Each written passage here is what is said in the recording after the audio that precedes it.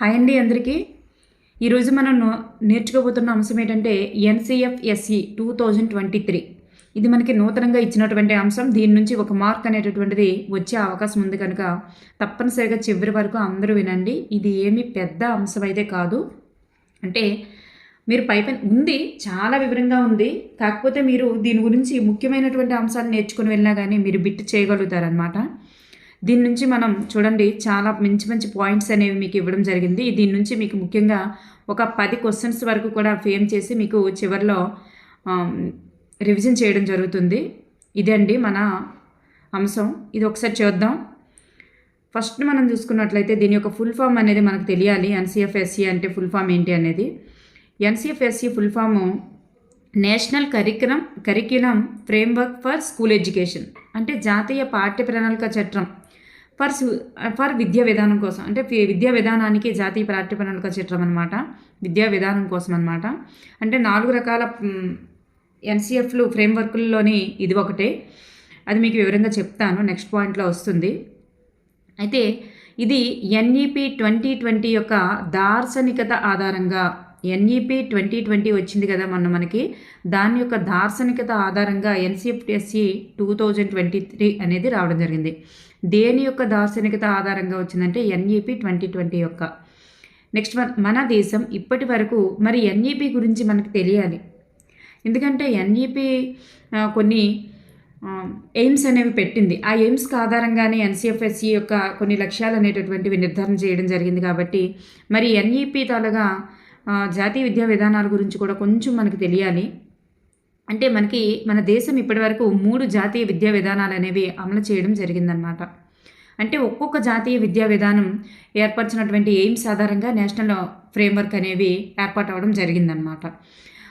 So ఆ విధంగా మనకి 3 జాతీయ విద్యా విధానాల ఆధారంగా మనకి ఇప్పటి వరకు 5 ఎన్సిఎఫ్లు అనేటటువంటివి రావడం జరిగింది. 3 జాతీయ విద్యా విధానాల ఆధారంగా 5 వచ్చాయి. ఫస్ట్ దానికి 1 వచ్చింది, సెకండ్ దానికి 3 వచ్చాయి, థర్డ్ దానికి మనకి 1 వచ్చిందనమాట. సో ఈ విధంగా మనకి రావడం జరిగింది. సో ఈ ఫస్ట్ జాతీయ విద్యా విధానం ఎప్పుడు అమలు చేయడం జరిగింది అనేది మనకి క్వశ్చన్ అడగచ్చు. ఎందుకంటే ఆల్రెడీ టెట్లో ఇవి అడిగారు. కానీ జాతీయ విద్యా విధానంలో ఎన్ఈపి 2020 సిలబస్లోనికి ఈ క్వశ్చన్ అనేటటువంటిది వెళ్ళిపోయే అవకాశం ఉంది. కానీ ఎన్సిఎఫ్ కూడా మనకి దీనికి రిలేటెడ్గా క్వశ్చన్స్ అనేవి వస్తాయి. నెక్స్ట్ మీకు చెప్తాను.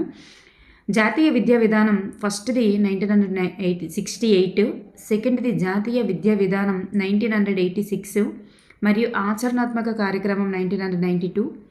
నూతన జాతీయ విద్యా విధానం ఇప్పుడు అంటే 2020 ఎన్ఈపి. ఇవి ఎన్పిఈలు వస్తాయి అన్నమాట. ఇది ఎన్పిఈ అని వస్తాయి. ఫస్ట్ లాస్ట్ మాత్రం ఎన్ఈపి వస్తుంది 2020 అనమాట. అయితే 3 జాతీయ విద్యా విధానాలు అనేవి రూపొందాయి. 5 ఎన్సిఎఫ్లు అనేవి దీనికి ఆధారంగా, దీని దార్శనికతల ఆధారంగా ఎన్సిఎఫ్లు అనేటటువంటివి వచ్చాయన్నమాట. అయితే ఈ జాతీయ విద్యా విధానాల యొక్క విద్యా లక్ష్యాలను చేరుకోవడానికి పాఠశాల స్థాయిలో చేపట్టవలసినటువంటి ఆచరణపూర్వకమైనటువంటి కార్యక్రమాలను, విధాలను, సూత్రాలను అమలుపరచడానికి ఎప్పటికప్పుడు మన దేశంలో ఎన్సిఎఫ్లు చూడండి, ఎప్పటికప్పుడు మన దేశంలో జాతీయ పాఠ్య ప్రణాళిక చట్టాలు అనేటటువంటివి ప్రకటించబడ్డాయి. అంటే ఈ జాతీయ విద్యా విధానం ఏర్పరిచినటువంటి లక్ష్యాలను చేరుకోవడం కోసం ఎన్సిఎఫ్లు అనేవి ఏర్పాటు చేయడం జరిగింది. అయితే ఇవి దేశవ్యాప్తంగా సిలబస్ అనేది రూపకల్పన, పాఠ్య పుస్తకాలు రూపొందించడం మరియు బోధనా పద్ధతుల కోసం రోడ్ మ్యాప్లను అందిస్తాయి అన్నమాట. చూడండి, రోడ్ మ్యాప్లు అనేటటువంటివి ఇవి అందిస్తాయి. అయితే ఎన్సిఎఫ్ఎస్ఈ 2023కి ముందుగా ఎన్ని ఎన్సిఎఫ్లు అనేవి ప్రకటించబడ్డాయి అంటే 4 ఎన్సిఎఫ్లు ప్రకటించబడ్డాయి. ఫస్ట్ ఎన్సిఎఫ్ ఎప్పుడు అని అడుగుతారు. మోస్ట్ ఇంపార్టెంట్ ఫస్ట్ క్వశ్చన్ ఇది, నేర్చుకోండి మీరు. ఫస్ట్ ఎన్సిఎఫ్ ఎప్పుడు ఏర్పాటైంది? 1975.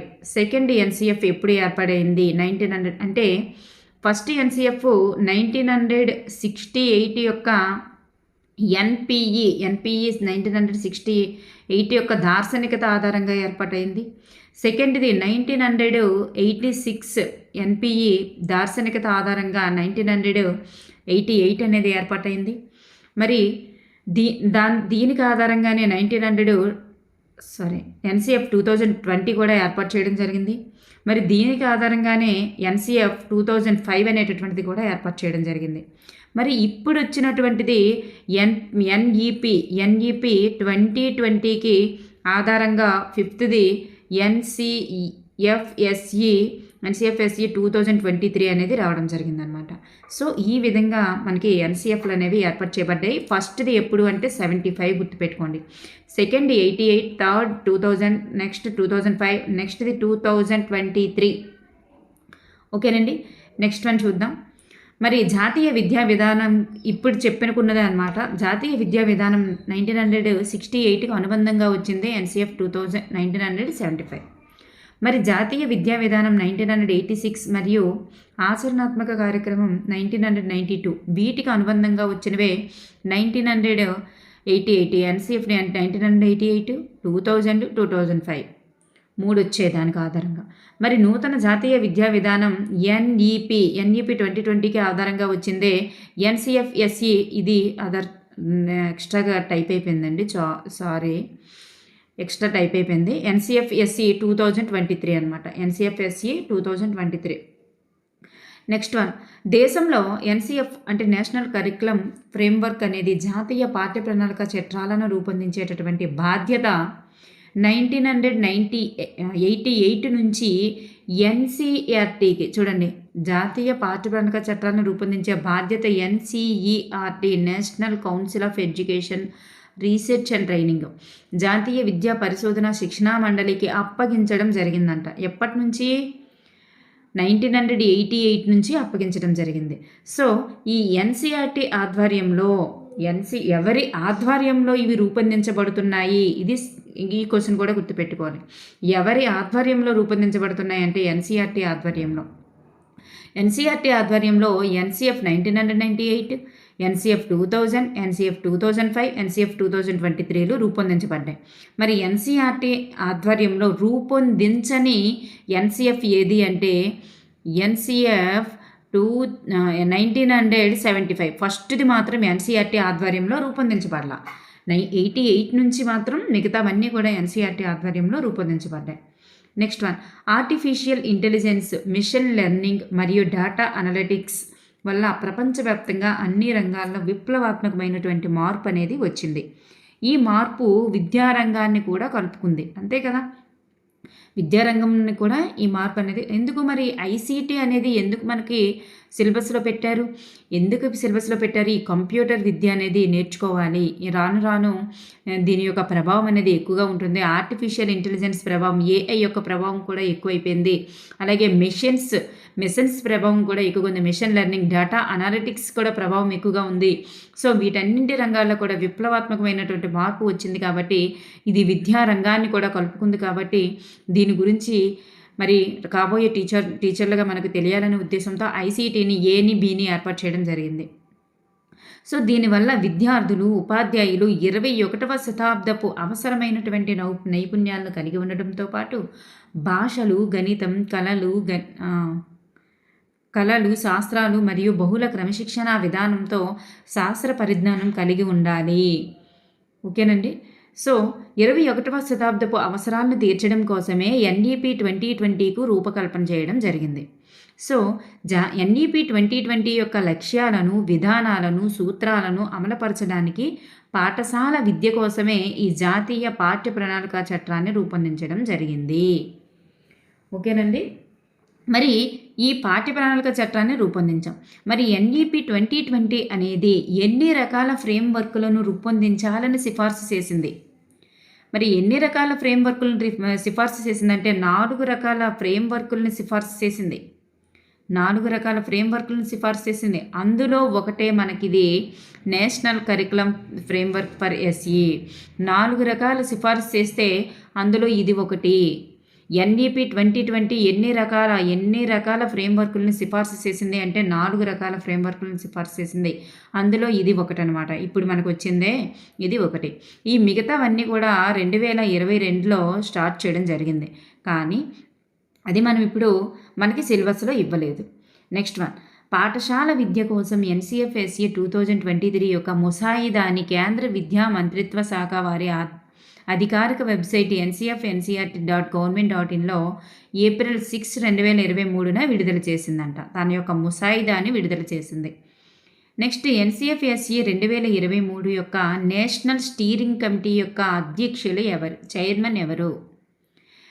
ఈ ఎన్సిఎఫ్ఎస్సికి చూడండి, ఎన్ఈపి 2020కి ఎవరు చైర్మన్? దానికి కూడా కస్తూరి రంగన్ గారే, దీనికి కూడా కస్తూరి రంగన్ గారే. దీనిలో కమిటీ సభ్యులు ఎంతమంది అంటే 12 మంది కమిటీ సభ్యులు ఉంటారు. 12 మంది కమిటీ సభ్యులు ఉంటారు. దీనికి చైర్మన్ ఎవరంటే డాక్టర్ కె కస్తూరి రంగన్. ఎన్సిఎఫ్ఎస్సి 2023ను జూలై 29 అంటే లేట్ చూడండి, జూలై 29, 2023న విద్యాశాఖ మంత్రి గవర్నమెంట్కి సమర్పించిందంట. సో ఇది ఎప్పుడు విడుదలైంది? ఎన్సిఎఫ్ఎస్సి ఆగస్టు 23న విడుదలైందంట. ఎప్పుడు విడుదల జరిగింది అంటే ఆగస్టు 23న విడుదల జరిగింది. మరి ఈ ముసాయిదా అనేది ఎన్ని పేజీలు కలిగి ఉంది అంటే 628 పేజీలు కలిగి ఉంది. 628 పేజీలు కలిగి ఉంది. ఎన్ని విభాగాలు ఉన్నాయి అంటే ఈ డ్రాఫ్ట్లో 5 విభాగాలు 25 అధ్యాయాలు ఉన్నాయి. 5 విభాగాలు 25 అధ్యాయాలు అనేవి ఉన్నాయి. మరి పార్ట్ ఏలో ఏమున్నాయంటే విద్య యొక్క లక్ష్యాలు, కరిక్యులం. చూడండి 5 విభాగాలు అన్నాం కదా. ఫస్ట్ విభాగం అనమాట. ఫస్ట్ విభాగంలో మనకి విద్య యొక్క లక్ష్యాలు ఉన్నాయంట, కరిక్యులం అంశాలు, పాఠశాల దశలు మరియు అభ్యసన ప్రమాణాలు అనేవి ఉన్నాయి, బోధనాంశాలు మరియు మూల్యాంకన విధానాలు కూడా ఉన్నాయి. సో విద్యకు సంబంధించినవన్నీ కూడా ఇందులో ఉన్నాయి. ఇందులో ఎన్ని అధ్యాయాలు ఉన్నాయంటే 3 అధ్యాయాలు, మొత్తం 25 అధ్యాయాలు కదా. ఈ 25లో 3 అధ్యాయాలు అనేవి ఒకటో దాంట్లో ఉన్నాయి. ఒకటో దాంట్లో 3 అధ్యాయాలు ఉన్నాయి. సెకండ్కి వచ్చేసరికి ఎన్ని అధ్యాయాలు ఉన్నాయంటే సెకండ్ దాంట్లో 10 అధ్యాయాలు ఉన్నాయి. దేనికి సంబంధించినవంటే ఇవన్నీ కూడా పాఠశాలకు సంబంధించినటువంటి అంశాలు. 10 అధ్యాయాలు ఉన్నాయి. థర్డ్కి వచ్చేసరికి థర్డ్ దాంట్లో 6 అధ్యాయాలు ఉన్నాయి. థర్డ్ దాంట్లో 6 అధ్యాయాలు ఉన్నాయి. విలువలు, సమాచార సాంకేతికత, మంత్రణం, మార్గదర్శకత్వం, పర్యావరణం గురించి 6 అధ్యాయాలు ఉన్నాయంట ఇందులో. ఓకేనండి. విలువలు, సమాచార సాంకేతికత, మంత్రణం, మార్గదర్శకత్వం, పర్యావరణం, వీటికి సంబంధించి 6 అధ్యాయాలు ఉన్నాయంట. పార్ట్ డికి అంటే 4వ విభాగంలో ఎన్ని ఉన్నాయంటే 2 అధ్యాయాలు ఉన్నాయి. 4వ విభాగంలో 2 అధ్యాయాలు ఉన్నాయి. పాఠశాల సంస్కృతి మరియు ప్రక్రియలకు సంబంధించినటువంటి అధ్యాయాలు అంటవి. నెక్స్ట్ పార్ట్ ఈ అంటే 5వ భాగంలో ఎన్ని ఉన్నాయి అంటే 5వ భాగం విద్యార్థి మరియు ఉపాధ్యాయుల నిష్పత్తి, ఉపాధ్యాయుల సాధికారత, విద్యా పరిపాలన విధుల గురించి ఈ విభాగంలో 4 అధ్యాయాలు ఉన్నాయి. 5వ దాంట్లో కూడా 4 ఉన్నాయి. చూడండి, ఇప్పుడు క్విక్ రివిజన్గా చూస్తే 1వ దాంట్లో 3, 1, 3, 2, 10. చూడండి, మీరు ఒక ఫోన్ నెంబర్లా గుర్తుపెట్టుకోవచ్చు. ఇది 1, 3, 2, 10, 3, 6, 4, 2, 5, 5, 4. ఓకేనండి. ఇట్లా 1, 3, 2, 10, 3, 6, 4, 2, 5, 4 ఇట్లా గుర్తుపెట్టుకోండి. ఇది మీకు మొత్తం టోటల్గా 5 విభాగాలు 25 అధ్యాయాలు అనమాట. ఒక్కొక్క దాంట్లో ఫస్ట్ది విద్యకు సంబంధించినవి, కరికులం, పాఠశాల దశలు అవి. సెకండ్ది వచ్చేసరికి పాఠశాలకు సంబంధించిన అంశాలు. థర్డ్ది వచ్చేసరికి మనకి విలువలు, సమాచార సాంకేతికత, మంత్రణం, మార్గదర్శకత్వం, వాటికి సంబంధించి. ఫోర్త్కి వచ్చేసరికి మనకి పాఠశాలకు సంబంధించినటువంటి సంస్కృతి ప్రక్రియలకు సంబంధించి ఉంటుంది. ఫిఫ్త్కి వచ్చేసరికి విద్యార్థుల ఉపాధ్యాయుల నిష్పత్తి అవన్నీ ఉంటాయి అన్నమాట. నెక్స్ట్ వన్ చూస్తే ఎన్సిఎఫ్ఎస్సి 2023 పాఠశాల విద్యా లక్ష్యాలు ఏంటి? పాఠశాల విద్యా లక్ష్యాలను మరి పాఠశాల విద్యకి ఎటువంటి లక్ష్యాలు ఉండాలని చెప్పింది అంటే హేతుబద్ధమైన ఆలోచన మరియు స్వయం ప్రతిపత్తి ఉండాలంట. ఆలోచించే దాంట్లో హేతుబద్ధమైన ఆలోచన ఉండాలి, స్వయం ప్రతిపత్తి, ఆరోగ్యము మరియు శ్రేయస్సు, ఆరోగ్యానికి ఇంపార్టెన్స్ ఇచ్చే విధంగా చూడనంటే పాఠశాలలో పాఠ్యాంశాలు ఏ విధంగా ఉండాలని చెప్తుందంటే హేతుబద్ధమైన ఆలోచన మరియు స్వయం ప్రతిపత్తి కల్పించే పాఠ్యాంశాలు ఉండాలి, ఆరోగ్యము మరియు శ్రేయస్సుకు సంబంధించిన పాఠ్యాంశాలు ఉండాలి, ప్రజాస్వామ్య భాగస్వామ్యానికి సంబంధించిన ఉండాలి, ఆర్థిక భాగస్వామ్యానికి సంబంధించిన ఉండాలి, సాంస్కృతిక మరియు సామాజిక భాగస్వామ్యానికి సంబంధించిన ఉండాలి. హేతుబద్ధమైన ఆలోచన, స్వయం ప్రతిపత్తి, ఆరోగ్యము, శ్రేయస్సు, ప్రజాస్వామ్య భాగస్వామ్యం, ఆర్థిక భాగస్వామ్యం, సంస్కృతి మరియు సామాజిక భాగస్వామ్యం వీటికి సంబంధించినటువంటి అంశాలతో పాఠ్యాంశాలు ఉండాలని పాఠశాల విద్యా లక్ష్యాలను గురించి తెలియజేసిందనమాట. మరి ఎన్సిఎఫ్ఎస్సి 2023 అనేది సబ్జెక్ట్స్, డిసిప్లైన్, ఫీల్డ్ వీటిని కరిక్యులర్ ఏరియాస్గా చెప్తుందంట. సబ్జెక్ట్స్ అని చెప్పేవాళ్ళం కదా, డిసిప్లిన్ అని చెప్పేవాళ్ళం కదా, ఫీల్డ్ అని చెప్పేవాళ్ళం కదా, వీటన్నింటిని మిక్స్ అయ్యి చేసి కరిక్యులర్ ఏరియాస్గా చెప్తుందంట. లక్ష్యాల ఆధారంగా మరియు ఉన్నతమైనటువంటి జ్ఞానము, సామర్థ్యాలు మరియు విలువలు, స్వభావాల ఆధారంగా పాఠ్యాంశాలు నిర్దిష్ట పాఠ్యాంశాలుగా విభజించారన్నమాట. అయితే ఇక్కడ ఎన్సిఎఫ్ఎస్సి 2023 మరి కరిక్యులర్ ఏరియాస్గా చెప్పమంటుంది కదా, సబ్జెక్ట్స్ని, డిసిప్లైన్స్ని, అలా ఫీల్డ్స్ని. మరి ఈ పాఠ్య ప్రణాళికలోని విషయాలు ఏంటి? మరి 8 కరిక్యులర్ ఏరియాస్ని తెలియజెప్పిందనమాట ఎన్సిఎఫ్ఎస్సి. ఎన్ని కరిక్యులర్ ఏరియాస్ అంటే 8 కరిక్యులర్ ఏరియాస్. మరి ఈ కరిక్యులర్ ఏరియాస్ ఏంటేంటి అని ఒకసారి చూసుకున్నట్లయితే, మరి languages, mathematics and computational thinking, science, social sciences, art education and కళా విద్య, interdisciplinary areas, physical education and well being, next vocational education వృత్తి విద్య. చూడండి, ఈ 8 కూడా మరి తెలియజేస్తుంది అనమాట. లాంగ్వేజెస్ గురించి తెలియజేసింది. మరి లాంగ్వేజెస్లో భాషలు అనేవి మరి ఏ విధంగా ఉండాలి తెలియజేసింది. Mathematics and computational thinking, science, social sciences, art education, disciplinary areas, physical education and well being, vocational education వీటి గురించి 8 కరిక్యులర్ ఏరియాస్ గురించి తెలియజేసింది. అలాగే ఎన్సిఎఫ్ఎస్సి 2023 యొక్క కరిక్యులర్ అప్రోచ్ ఫ్రేమ్వర్క్ ఎలా ఉంది అంటే ఇండిసిప్లినరీ మరియు మల్టీ డిసిప్లినరీ నాలెడ్జ్లని సమర్థిస్తుందన్నమాట. అంటే ఏంటి తెలుసా? ఇండిసిప్లినరీ అంటే, మల్టీ డిసిప్లినరీ అంటే, నాలెడ్జ్లు అంటే ఏంటంటే వివిధ సబ్జెక్టుల మధ్య ఉండేటటువంటి సంబంధాన్ని గ్రహించడం మల్టీ డిసిప్లినరీ. ఒకే సబ్జెక్టులో ఉన్నటువంటి మొత్తం జ్ఞానాన్ని నేర్చుకోవాలి. అంటే ఇక్కడ సైన్స్, మ్యాథ్స్, సోషల్, అలాగే and social, science, maths and art education లేదా సమ్ అదర్. సో ఇలా వివిధ సబ్జెక్టుల్లో ఉన్నటువంటి జ్ఞానాంశాలని ఇప్పుడు మ్యాథ్స్ చెప్తున్నప్పుడే ఏవైనా దానికి రిలేటెడ్గా సైన్స్ ఏమైనా వచ్చేటప్పుడు చెప్పడం, మరి సైన్స్ నేర్చుకునేటప్పుడు మ్యాథ్స్కి రిలేటెడ్గా ఉన్నవి చెప్పడం, సోషల్కి రిలేటెడ్గా వచ్చినప్పుడు సైన్స్, మ్యాథ్స్ చెప్పడం, ఇలా కళా విద్యకి గురించి చెప్పడం, అంటే వాటి యొక్క చారిత్రక కట్టడాల గురించి కానీ అలాంటివి చెప్పడం. సో ఇలా వివిధ సబ్జెక్టుల మధ్య సహసంబంధాన్ని ఏర్పరచుకొని, అంటే మల్టీ డిసిప్లినరీని ఏర్పరచుకొని ఒక సబ్జెక్టుకి సంబంధించినటువంటి పూర్తి అంశాన్ని కూలంకషంగా నేర్చుకోవడం, ఇండిసిప్లినరీ అంశాన్ని నేర్చుకోవడం, మల్టీ డిసిప్లినరీతో రిలేటెడ్ పెట్టుకొని ఇండిసిప్లినరీ అంశాలని పూర్తి జ్ఞానంతో నేర్చుకోవాలని చెప్తుంది. ఈ 2 వర్డ్స్ కూడా గుర్తుపెట్టుకోండి, the most important words this one.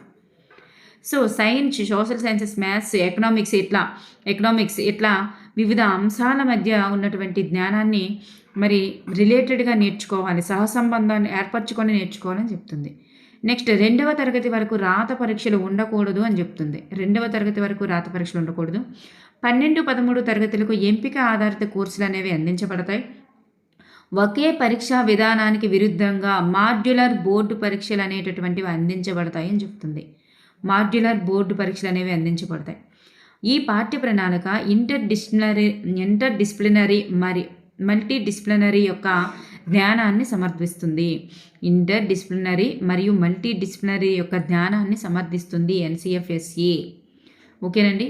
ఒక తరగతిలోని సంబంధిత సంపూర్ణ అభ్యసన అనుభవాన్ని సృష్టించడానికి వివిధ విషయాలను మరియు నైపుణ్యాలను సజావుగా ఏకీకృతం చేయాలి. ఈ సమీకృత విధానం అభ్యాసకుల నైపుణ్యాలను నిజ జీవిత పరిస్థితుల్లో బదిలీ చేయగల సామర్థ్యాన్ని బలోపేతం చేస్తుంది. అంటే ఇక్కడ ఏమంటున్నారంటే ఈ సంపూర్ణ అభ్యాస జ్ఞానాన్ని సృష్టించడానికి వివిధ విషయాలను, నైపుణ్యాలను అన్నింటినీ అక్కడ ఏకీకృతం చేసి నేర్పించాలని చెప్తుంది. సో వాళ్ళు ఏదైనా నైపుణ్యము మరి జ్ఞానం నేర్చుకున్నది నిజ జీవిత పరిస్థితుల్లో బదిలీ చేయగలగాలి. ఒక డబ్బు గురించి నేర్చుకున్నారు. ఆర్థిక అంశాలు నేర్చుకునేటప్పుడు ఒక షాప్‌కెళ్ళి ఆ డబ్బులు వస్తువు కొన్న తర్వాత తనకి ఎంత అమౌంట్ వస్తుందో తను చెప్పుకోగలగాలి. సో ఏదైనా ఒక మొక్క గురించి నేర్చుకున్నాడు. సో ఆ మొక్క వల్ల ఉపయోగాలు నిజ జీవితంలో ఆ మొక్కకు ఉండేటటువంటి ఉపయోగాలన్నీ కూడా తెలుసుకొని తను వినియోగించుకోగలగాలి. ఇలా నిజ జీవిత అంశాలలో బదిలీ చేసుకునేటట్లుగా ఉండాలి అంటుంది. వాస్తవ ప్రపంచ సవాళ్లకు పరిష్కారాలను రూపొందించడానికి వారిని శక్తివంతం చేస్తుంది. ఇలా నేర్చుకోవడం వల్ల వాస్తవంగా ప్రపంచ సవాళ్ళు ఎటువంటివైతే వస్తుందో వాటిని పరిష్కారాలను రూపొందించడానికి వారికి శక్తివంతం చేస్తుందన్నమాట. ఈ విధంగా ఏదైనా మొక్కలకి మందు కొట్టకూడదు లేదా పురుగు మందులు చల్లకూడదని నేర్చుకున్నది వదిలేకుండా ఇంప్లిమెంటేషన్ చేయగలగాలి. వాళ్ళ పేరెంట్స్కి చెప్పగలగాలి, విలేజ్లో చేయగలగాలి. అలా నిజ జీవిత పరిస్థితుల్లో బదిలీ చేసేటట్లుగా చేయాలి, వాళ్ళని ప్రేరేపించాలి. అలా చేయడం వల్ల వాళ్ళు కూడా ఫ్యూచర్లో చేయగలగాలి. అలా చేస్తే ప్రపంచ సవాళ్ళను పరిష్కారాలను రూపొందించడానికి వారిని శక్తివంతం చేస్తుందన్నమాట. నెక్స్ట్ వన్, ఎన్సీఎఫ్ఎస్సి పాఠశాల పాఠ్యాంశాలలో 3 భాషలను సూచించింది. సేమ్ ఎన్ఈపి లానే. ఎన్ఈపి మనకి ఎలా సూచించిందో అట్లానే. ఫస్ట్ చూస్తే పాఠశాలలో అక్షరాస్యత మొదటిగా నేర్చుకున్నటువంటి భాష R1 అంటే మొదటి భాష. పాఠశాలలో అక్షరాస్యత మొదటిగా నేర్చుకున్నటువంటి భాష మాతృభాష లేదా రాష్ట్ర భాష ఉండాలి. సెకండ్ది R1 కాకుండా ఏదైనా ఒక భాష ఉండాలి. R2 అనేది ఎలా ఉండాలంటే R1 కాకుండా ఇతర భాష ఉండాలి. R3 ఎలా ఉండాలంటే R1 R2 కాకుండా ఇతర భాష ఉండాలంట. ఓకేనండి. పై 3 భాషల్లో కనీసం 2 స్థానిక భాషలు అయి ఉండాలి. 2 స్థానిక భాషలు అయి ఉండాలంట. నెక్స్ట్ వన్, ఎన్సీఎఫ్ఎస్సి 2023 పాఠశాల విద్యా ప్రణాళిక గురించి ఏం చెప్పింది? సేమ్ ఎన్ఈపీ లానే చెప్పింది. ఎన్సీఎఫ్ఎస్సి 2023 ముషాయిదాలో అధ్యాయం 2.4లో ఎన్ఈపి 2020 యొక్క విజన్ ఆధారంగా పాఠశాల విద్య యొక్క కరికులంని 4 దశలుగా ప్రతిపాదించింది. ఎన్ని దశలుగా ప్రతిపాదించింది అనేసరికి మనం మరి క్వశ్చన్ ఏంటో అడిగేశారని టెన్షన్ పడిపోకూడదు. సేమ్ ఎన్ఈపి సూచించిందే దీన్ని కూడా సూచించింది. ఏంటి 5+3 3+4 4 దశలను సూచించింది. 15 సంవత్సరాల విద్యను సూచించింది. 15 సంవత్సరాలే కదా, మరి 3 నుండి 18 సంవత్సరాలు అంటే 15 సంవత్సరాల విద్యను ప్రతిపాదించింది అనమాట ఎన్సీఎఫ్ఎస్సి 2023 ప్రకారం బాలల అంటే ఎవరు అంటే 3 నుండి 18 సంవత్సరాల వాళ్ళు. This is the most important bits this one. ఇందులో చూడండి, పునాది దశ సేమ్ ఎన్ఈపి చెప్పిందే. పునాది దశ ఫౌండేషన్ స్టేజ్ ఏంటి? 3 నుండి 8 సంవత్సరాలు. Nursery, LKG, UKG, first, second. మరి సన్నాహక దశ ప్రిపరేటరీ స్టేజ్ 8 నుండి 11 సంవత్సరాలు, థర్డ్, ఫోర్త్, ఫిఫ్త్. మధ్యస్థ దశ మిడిల్ స్టేజ్ 11 నుండి 14 సంవత్సరాలు, 6, 7, 8. మాధ్యమిక దశ సెకండరీ స్టేజ్ 14 నుండి 18 సంవత్సరాలు, 8th, 9th, inter first year, inter second year. ఇట్లానే సేమ్ ఎన్ఈపి ఇదే కదా మనకి తెలియజేసింది. సో ఎన్ఈపి తెలియజేసినట్లుగానే దీన్ని కూడా తెలియజేసింది. మరి విద్యార్థులలో ఎలాంటి సామర్థ్యాలను పెంపొందించాలి అని చెప్తుంది ఎన్సీఎఫ్ఎస్సి. ఈ విద్యార్థుల్లో ఎలాంటి సామర్థ్యాలను పెంపొందించాలని చెప్తుంది అంటే ఎంక్వైరీ అంటే విచారణాత్మకమైనది, కమ్యూనికేషన్ అంటే ఒకరితో ఒకరి సంబంధ బాంధవ్యాలు ఏర్పరచుకునేలాగా, problem solving and logical reasoning. చూడండి, సమస్య పరిష్కరించుకునేలాగా, లాజికల్గా ఆలోచించేలాగా. ఎస్థెటిక్ అండ్ కల్చరల్ కెపాసిటీస్ సౌందర్య మరియు సంస్కృతి సామర్థ్యాన్ని ఏర్పరచుకునేలాగా. Capacities for health sustenance and work ఆరోగ్యము మరియు జీవనోపాధి పని కోసం సామర్థ్యం. అలాగే కెపాసిటీస్ ఫర్ సోషల్ ఎంగేజ్మెంట్ సమాజం గురించి, సామాజిక అంశాల గురించి క్రమబద్ధమైనటువంటి అవగాహన సామర్థ్యం. ఈ విధమైనటువంటి సామర్థ్యాలు విద్యార్థులలో పెంపొందించాలని చెప్తుంది. చూడండి, విచారణ, కమ్యూనికేషన్, సమస్య పరిష్కారం మరియు లాజికల్ రీజనింగ్, సౌందర్య మరియు సంస్కృతి సామర్థ్యం, ఆరోగ్యము మరియు జీవనోపాధి పని కోసం సామర్థ్యం, సమాజం గురించి, సామాజిక అంశాల గురించి క్రమబద్ధమైనటువంటి అవగాహన సామర్థ్యం. ఈ రకంగా పెంపొందించుకోవాలి. నెక్స్ట్ వన్, ఎన్సీఎఫ్ఎస్సి యొక్క లక్ష్యం ఏమిటి? దీని యొక్క లక్ష్యం ఏంటంటే పాఠశాల సంస్కరణ ద్వారా సమగ్ర అభివృద్ధి, సమానత్వం మరియు సమ్మిళిత తత్వాన్ని ప్రోత్సహించడం ద్వారా భారతీయ పాఠ్య విద్యా వ్యవస్థను మార్చాలనుకుంటుందన్నమాట. పాఠశాల సంస్కరణ ద్వారా సమగ్ర అభివృద్ధి, సమానత్వము, సమ్మిళిత తత్వము ప్రోత్సహించడం ద్వారా విద్యా వ్యవస్థను మార్చాలనుకుంటుంది. Global knowledge our house. అంటే భారతదేశాన్ని గ్లోబల్ నాలెడ్జ్ అవర్ హౌస్గా మార్చడమే ఎన్సిఎఫ్ఎస్సి యొక్క లక్ష్యం. గ్లోబల్ నాలెడ్జ్ అవర్ హౌస్గా మార్చడమే ఎన్సిఎఫ్ఎస్సి యొక్క లక్ష్యం.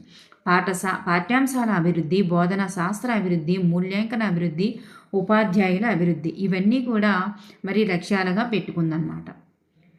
నెక్స్ట్ వన్, ఎన్సిఎఫ్ఎస్సి యొక్క మౌలిక సూత్రాలు ఏంటి? సమగ్ర అభివృద్ధి, సమ్మిళిత తత్వం, ఇంటర్ డిసిప్లినరీ అభ్యసనం, సామర్థ్యాధారిత విద్య, సాంకేతిక వినియోగం. చూడండి, సమగ్ర అభివృద్ధి, సమ్మిళిత తత్వం, ఇంటర్ డిసిప్లినరీ అభ్యసనం, సామర్థ్యాధారిత విద్య, సాంకేతిక వినియోగం, ఇవన్నీ వీటి యొక్క మౌలిక సూత్రాలు. నెక్స్ట్, పాఠ్యాంశాల్లో మరి విలువలు, సానుకూల స్వభావాలు, సామర్థ్యాలు పొందుపరచాలని సూచిస్తుంది. మరి ఆ విలువలు ఏంటి? విలువలు ఏంటంటే ఎథికల్ అండ్ మారల్ వాల్యూస్, నైతిక విలువలు, ప్రజాస్వామ్య విలువలు, ఎపిస్టమిక్ విలువలు, ఇవన్నీ కూడా పెంపొందించాలని చెప్తుంది. మరి స్వభావానికి వచ్చేసరికి సానుకూల పనితీరు, ఆతృత మరియు ఆశ్చర్యం కలిగించేటట్లుగా ఉండాలి, మరి గర్వపడే విధంగా ఉండాలి, వసుదైక కుటుంబాన్ని ఏర్పరచాలని చెప్తుంది. ఓకేనండి. సో ఇప్పుడు మనం క్విక్ రివిజన్గా మంచి మంచి బిట్స్ అనేవి ఎటువంటివి వచ్చే అవకాశం ఉంది అంటే, ఎన్సిఎఫ్ఎస్సి అనేది మరి దేని దార్శనికత ఆధారంగా వచ్చింది అంటే ఎన్ఈపి 2020 ఆధారంగా వచ్చింది. మరి ఎన్సిఎఫ్ఎస్సి అనేది ఎన్నవది అంటే 5వది. మరి ఇంతకుముందు 4 ఎన్సిఎఫ్లు ప్రకటించబడ్డాయి. మరి ఎన్సిఎఫ్ఎస్సిలో మొదటిది ఏది అంటే ఎన్సిఎఫ్ 75.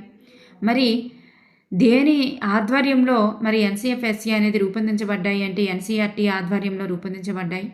మరి artificial intelligence, machine learning, data అనలిటిక్స్ని వీటన్నింటినీ ప్రపంచవ్యాప్తంగా అన్ని రంగాల్లో కూడా విప్లవాత్మక మార్పులు వచ్చింది కాబట్టి దీనికి అనుగుణంగా పాఠ్య ప్రణాళిక అనేది ఉండాలని చెప్పేసి ఎన్సిఆర్టీ అనేది పాఠ్య ప్రణాళిక కోసం కొన్ని లక్ష్యాలను రూపొందించింది. మరి ఇది నా ఎన్ఈపి అనేది ఎన్ని ఫ్రేమ్వర్క్లను సిఫార్సు చేసిందంటే 4, అందులో ఇది ఒకటి అనమాట. మరి దీని యొక్క ముసాయిదాన్ని ఎప్పుడు విడుదల చేసిందంటే April 6. మరి నేషనల్ స్టీరింగ్ కమిటీ అధ్యక్షుడు ఎవరంటే, చైర్మన్ ఎవరంటే కస్తూరి రంగన్. ఎంతమంది కమిటీ సభ్యులు అంటే 12 మంది. మరి ఇది గవర్నమెంట్కి ఎప్పుడు సమర్పించింది? దీని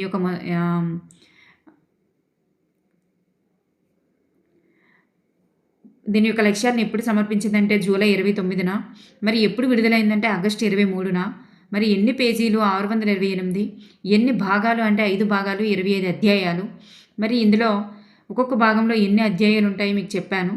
నెక్స్ట్, పాఠశాల లక్ష్యాలు అనేవి 5 గుర్తుపెట్టుకోండి. విద్యా లక్ష్యాలను సూచించింది. అంటే పాఠ్యాంశాన్ని ఎటువంటి పాఠ్యాంశాలు ఉండాలని చెప్పేసి 5 లక్ష్యాలు అనేవి విద్యా లక్ష్యాలు చేర్చింది. మరి కరిక్యులర్ ఏరియాస్గా పిలిచిందనమాట. Subjects, disciplines, fields. మరి సబ్జెక్ట్స్ అని పిలవద్దు, కరిక్యులర్ ఏరియాస్ అని పిలవండి అని చెప్తుంది. మరి 8 కరిక్యులర్ ఏరియాస్ అనేవి రూపొందించిందనమాట. మరి 8 కరిక్యులర్ ఏరియాస్ అనేవి ఒక్కొక్క క్లాస్కి డివైడ్ ఉంటుంది.